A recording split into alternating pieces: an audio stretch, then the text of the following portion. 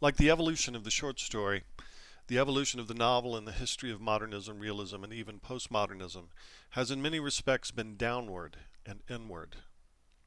Though it has precursors in such ancient literatures as biblical parables, beast fables, tales, exempla, and the like, the modern short story is a relatively new form, beginning, some critics argue, with the 19th century practitioners of the form such as Gogol, Chekhov, and Maupassant.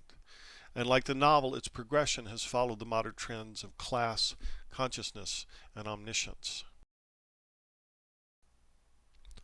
What do I mean by this downward trend?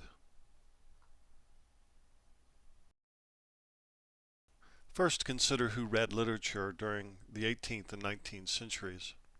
Because the literacy rates were low among the lower classes, only the aristocracy and leisure classes could read, or for that matter, afford the books they wanted to read.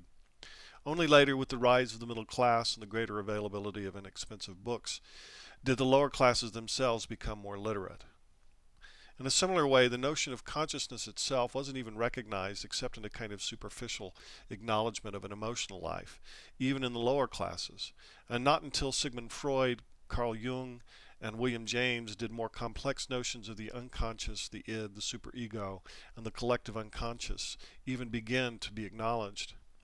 And finally, it was almost always a given that there existed a greater omniscience, the presence of an all-knowing God, that was reflected in the intrusive, godlike narrators of fiction in the 18th and 19th centuries.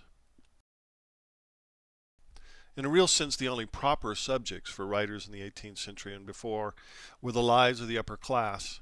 But over time, as more writers and readers became literate and as the classes rose, the subjects of fiction moved down to meet them.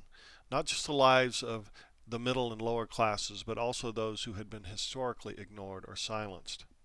In the meantime, a greater awareness of consciousness grew, and with it a move from the world outside the mind to the world inside the mind. And with greater skepticism about an all-knowing higher power, the use of a kind of godlike omniscience in fiction began to wane, especially with the advent of realism and the publication of Gustave Flaubert's Madame Bovary in 1857. The author, the digressive and intrusive narrator, like God, began to disappear and become invisible. The causes of these shifts in narrative subjects, forms, and techniques are obvious in some cases and less obvious in others. The rise of rationalism and industrialization, and some might say even nationalism, played a part, as did the rise of a literate middle class. But two world wars, mass genocide through the Nazis' industrialization of murder, and the threat of murder on a scale unimaginable before, through nuclear annihilation, gave rise to increasing alienation and the rise of the little man, the dawn of a new kind of anti-hero everywhere in literature, especially in the modern short story. It's surprising to me to discover each semester that many of my students, because they've studied the Masters of the Short Story in high school or in English and American Literature survey courses, continue to write in prose reminiscent of the 18th and 19th centuries. When I tell them that unless they're writing historical novels, people don't write like this anymore, the students are surprised to discover that the writing of fiction has evolved and that it's far more likely for a homeless man to be the narrator of a short story than it is for Donald Trump or Queen Elizabeth.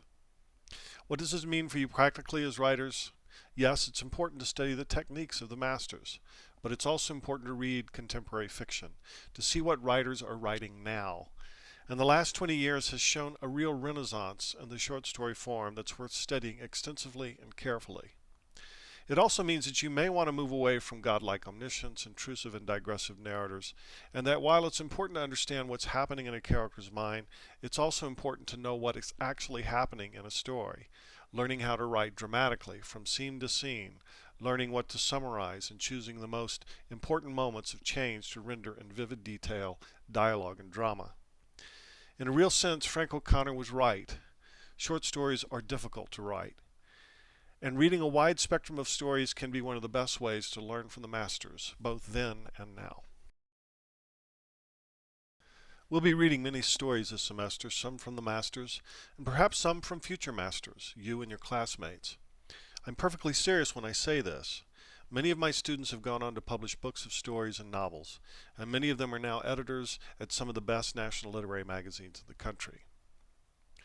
The book I've chosen, The Story and Its Writer, now in its 7th edition, is expensive, but the best anthology of its kind, an anthology that I've taught now for almost 20 years. I highly recommend that you read all the stories in the anthology you can.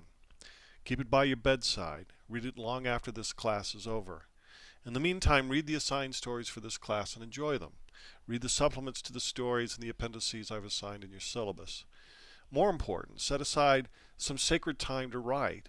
And while we discuss the stories in the anthology, we'll also make comments on and discuss the stories you write this semester. I look forward to reading your work and talking about something I love, stories.